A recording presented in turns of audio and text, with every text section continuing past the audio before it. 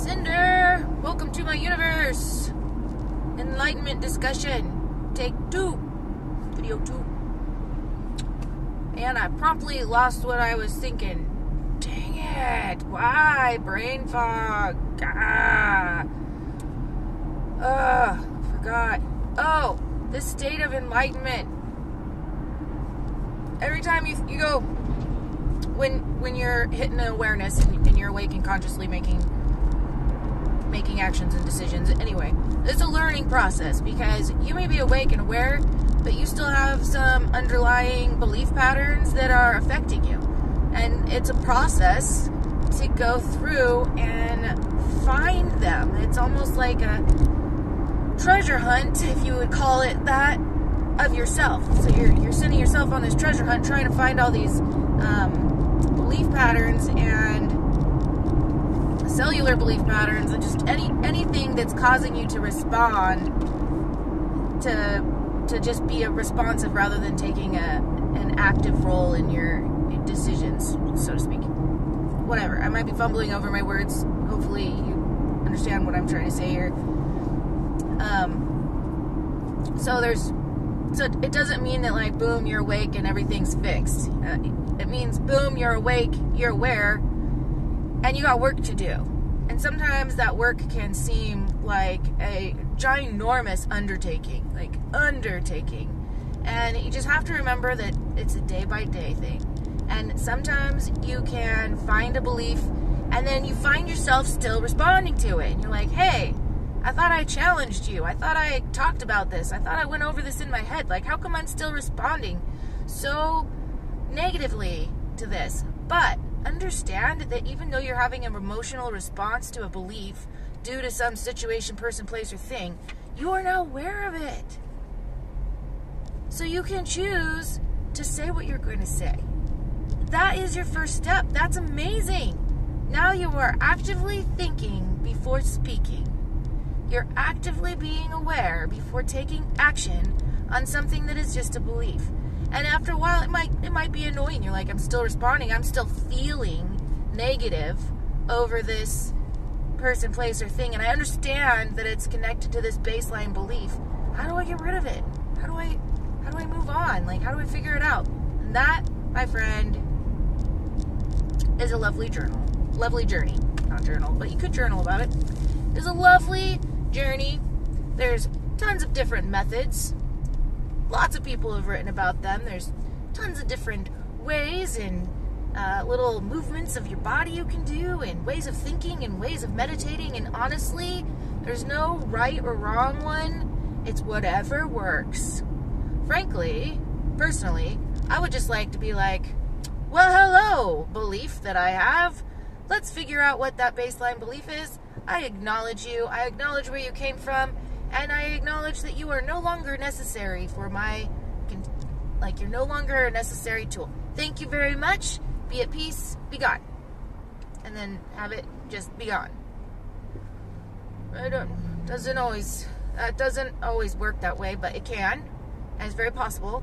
And if you teach yourself, you teach your internal structure to handle belief systems that way, then you can. But it's a skill that you have to develop and learn, like your manifesting skill, where you start to call items, situations, feelings into your life to actually actively take a role in what comes to your life. And that's a really exciting part, but it's still a skill. It's like this superhero power. Some people are more natural at it than others. Everybody's got it. Everybody's got it. Welcome to being a superhero. So cool, right? So it'd be really nice just to acknowledge a belief and let it pass. But there's, I'll let you do research on that. There's really no wrong way, as long as you're doing something. And eventually you'll find that even though you have, you might find just a ton of these beliefs that you haven't touched on, and all this emotional trauma that you have to undergo and figure out. Some of them are actually linked in groups to one very basic core belief. And once you take care of that core belief, it's like a domino effect, and all those other little ones that were tied to it just go away.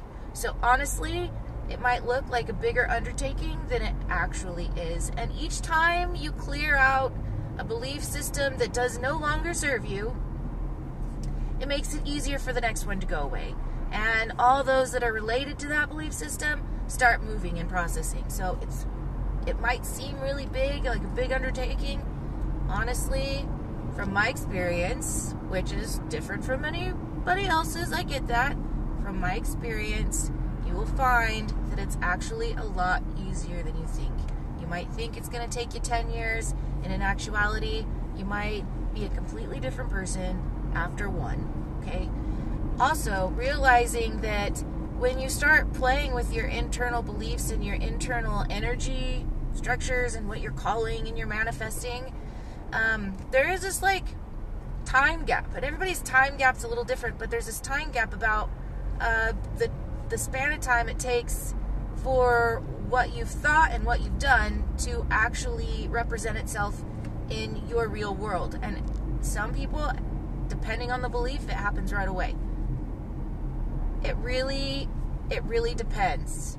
Not the diapers, but the thought. It really depends. And what was I going to say there? Oh, this time gap. What's really important, really important, I want to push this point really hard. Please listen to this point. Do not get discouraged because what you're doing is not being represented in your life yet.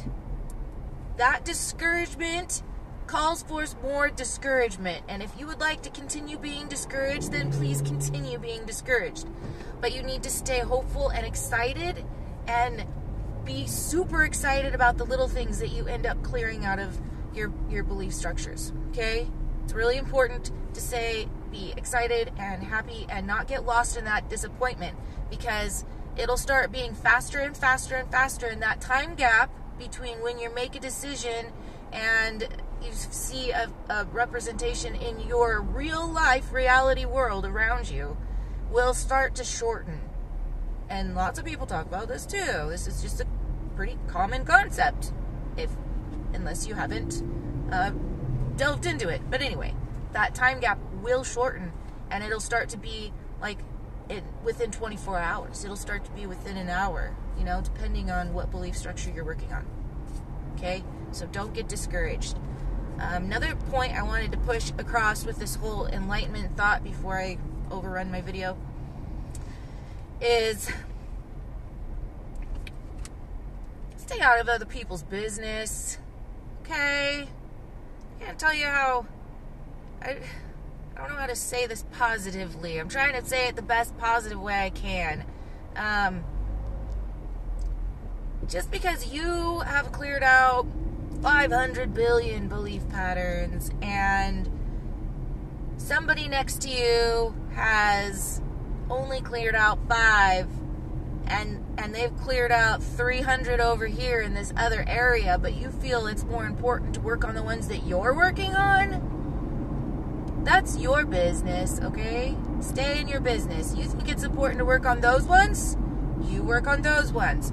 Do not start pushing people to work on theirs when they're not comfortable. It just makes it worse. And not only that, it's a pushy, negative energy, and it's not very fun to be around. And when you're already struggling and working on things that are really difficult emotionally for yourself, to have someone sitting there poking at you, it can make it worse. It makes people stubborn. It makes them angry. It makes them frustrated. It makes them avoid it. It makes them want to avoid you. And the other thing, really, this one is a pet peeve of mine. You are never more enlightened than someone else. Let's just put that out there, okay? You are only on a different path of enlightenment, and you might be more aware of some things than them. But you're never more than anyone. You're never more enlightened, okay? And frankly, it's just rude to do that. It's just rude to go on about how enlightened you are and how everyone else is stupid. And once you start saying things like that, I almost can't promise, but I have a pretty 80% guarantee here, you will find that the people who are more aware and awake and enlightened will avoid you. And then you won't have as many people to talk to, which means you won't have as many people to grow and learn from. Come on, just move over. Your blinker's been on for like 500 seconds. Just get over. There's plenty of room. Mr. Chevrolet truck. Oh, I'm scared to change lanes. You live in Seattle. Thank you for being at least aware and conscious, though. I mean, better than just switching lanes, whatever. My random traffic tidbits while I'm driving and talking. Anyway, so that's it for now. I'll pull out some more later. Okay, bye.